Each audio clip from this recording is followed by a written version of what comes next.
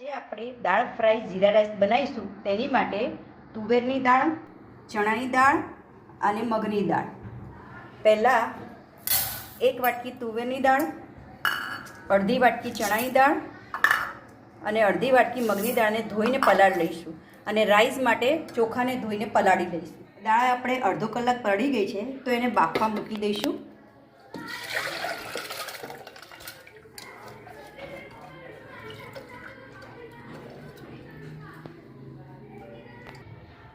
દાળની અંદર અડધી ચમચી હળદર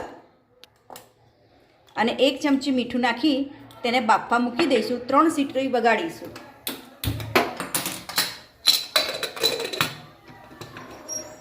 ત્રણ સીટી થાય ત્યાં સુધી તેને થવા દઈશું.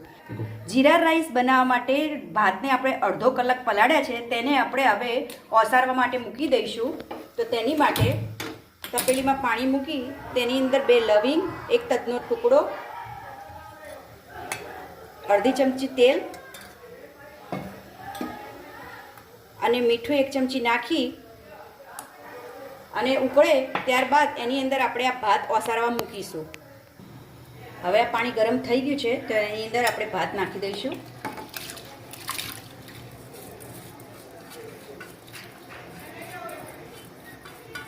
આ ચોખાને આપણે 80% જેટલા જ ઓસારવાના છે, જેથી એ દાણો આખો રહે.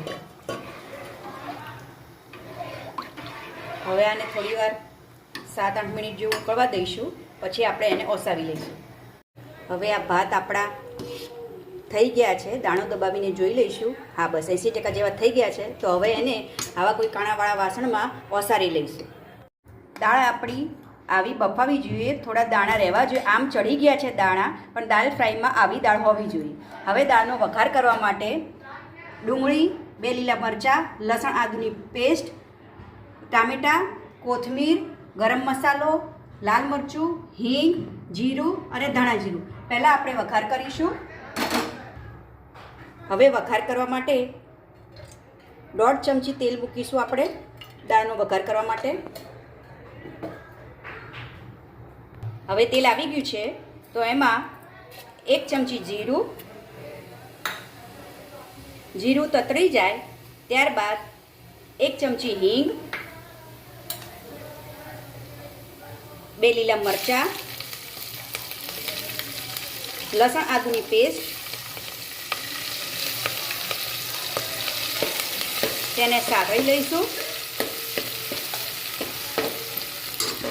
ત્યારબાદ ડુંગળી નાખીશું.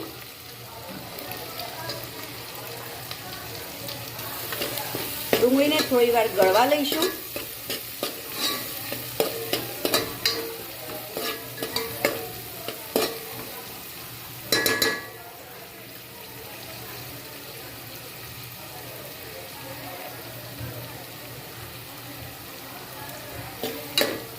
ડુંગળીનો કલર બદલાય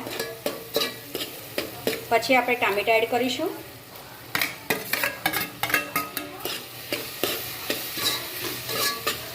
હવે તેમાં મસાલા કરીશું. દાળમાં આપણે મીઠું નાખ્યું છે, એટલે ખાલી ડુંગળી, ટામેટાં ભાગનું મીઠું એડ કરીશું.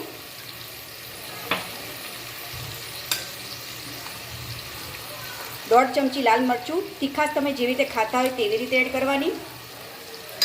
1 ચમચી ધાણા જીરું. હવે બધું આને સાતળવા દઈશું. ટામેટાં ગળી જાય ત્યાં સુધી એને થવા દઈશું.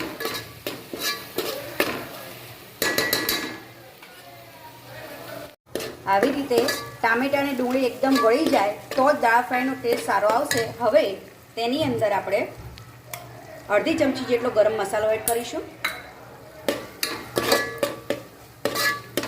અને હવે જે આપણે દાળ બાફી હતી તે એડ કરી દઈશું.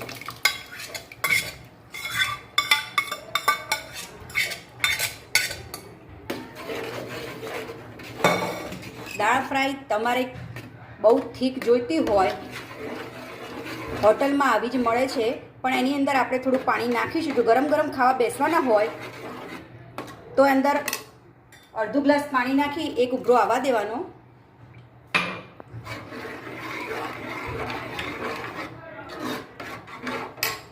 હજુ આની અંદર 1 ગ્લાસ પાણી નાખીશું અને 1 ઉભરો આવવા દઈશું. એક ઉભરો આવે ત્યાં સુધી તેને થવા દઈશું. અંદર થોડી કસૂરી મેથી એડ કરીશું.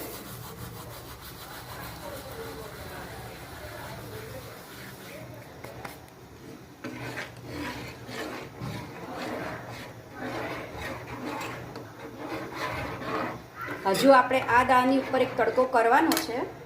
પહેલાં એક ઉભરો આવી જાય પછી કરીશું. થોડા લીલા ધાણા અને એક ઉભરો આવે ત્યાં સુધી આને થવા દઈશું. જીરા રાઈસ બનાવવા માટે પહેલાં આપણે 2 ચમચી તેલ મૂકીશું. એમાં 1 ચમચી જીરું એડ કરીશું. જીરું ફૂટી જાય ત્યારબાદ આપણે ઓસાવેલા ભાત એડ કરીશું.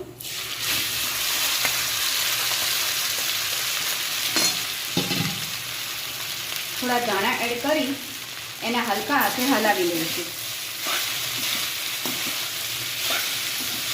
આપણા જીરા રાઈસ તૈયાર છે.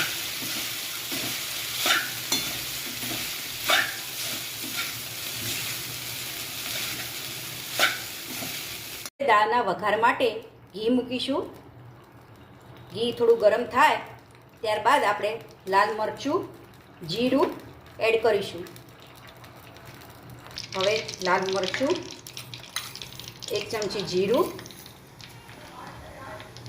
અને 1 ચમચી કાશ્મીરી લાલ મરચું એડ કરીશું. અને આ વઘારને આપણે દાળની ઉપર રેડી લઈશું.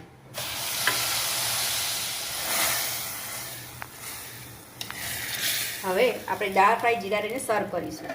તો તૈયાર છે હોટલ જેવું દાળ ફ્રાય જીરા રાઈસ. તેને મેં સલાડ, પાપડ અને છાશ સાથે સર્વ કર્યું છે.